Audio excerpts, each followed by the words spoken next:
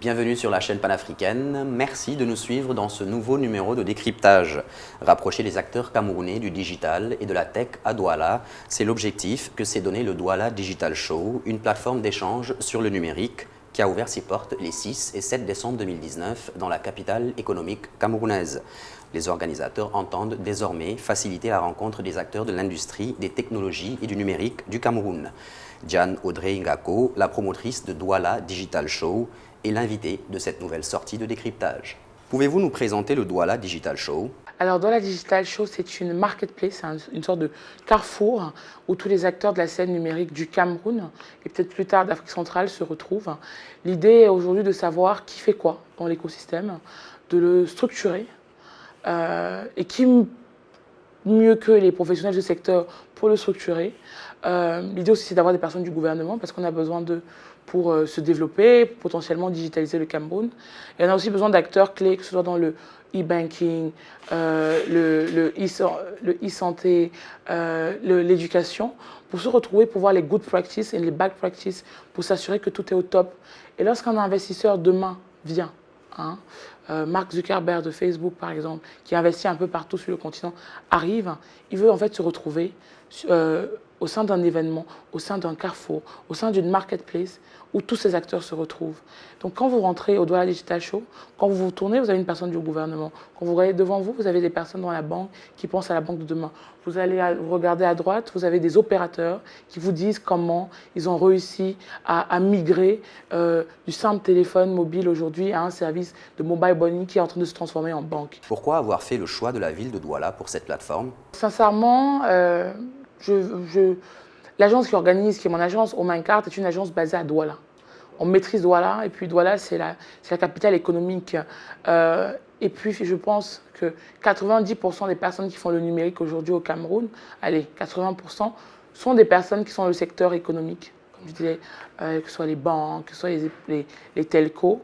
Mais maintenant, l'État, c'est l'État qui est au-dessus, c'est l'État qui décide de faire des grandes infrastructures, c'est l'État qui décide de mettre de la fibre optique, c'est l'État, c'est l'État, c'est l'État.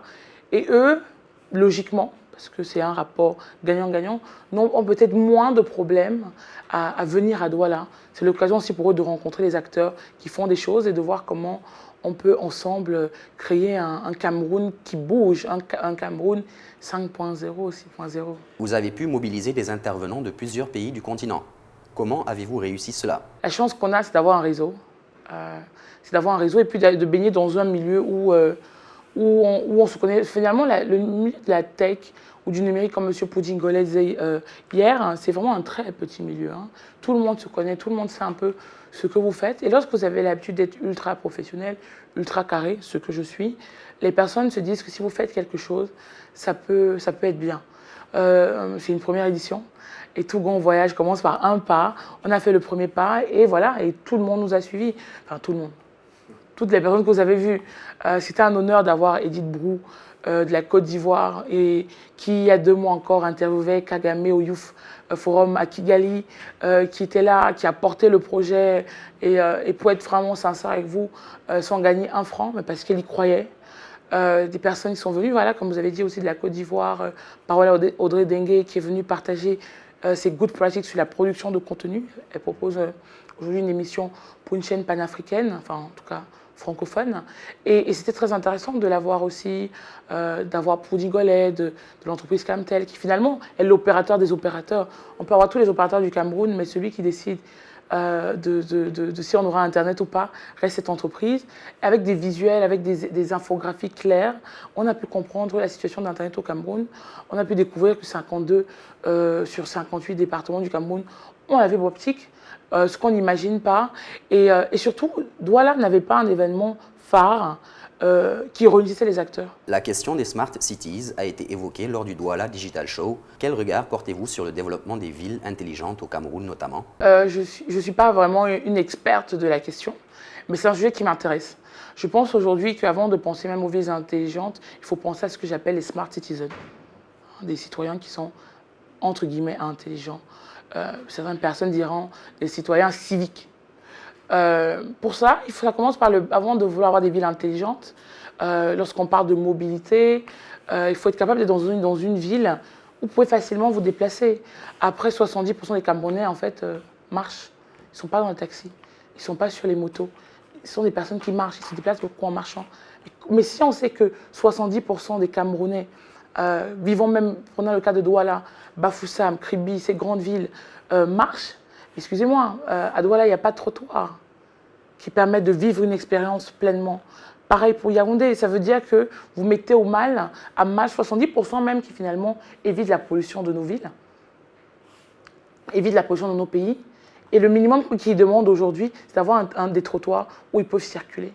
Les smart citizens, c'est aussi avoir des bensikiners qui comprennent que parce que ces personnes doivent marcher, on leur laisse leur trottoir, ce n'est pas une route, ce n'est pas une chaussée. Et pareil pour les taxis qui stationnent dans certains endroits.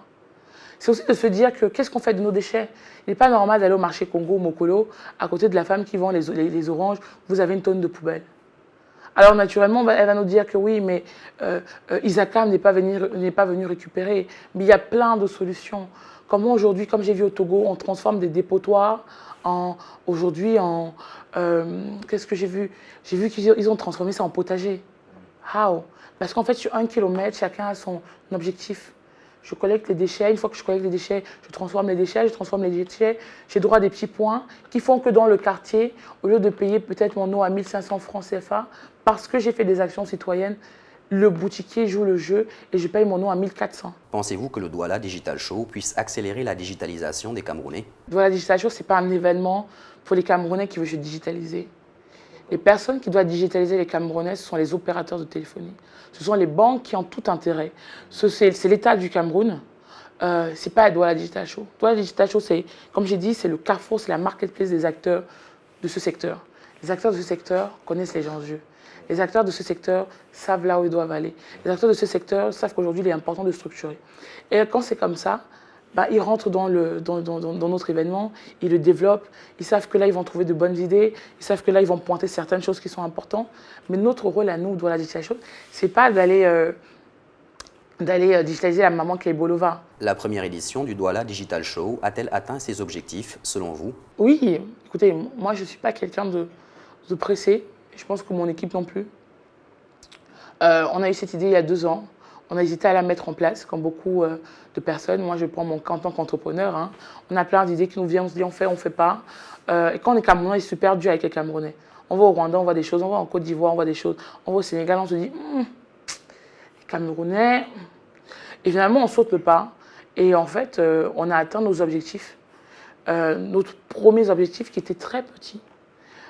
Et on a compris aussi beaucoup de choses. Une des choses qu'on a compris en 24 heures, c'est que dès les prochaines semaines, on va mettre en place une sorte de comité pour définir ensemble les sujets. À quand la prochaine édition de Douala Digital Show?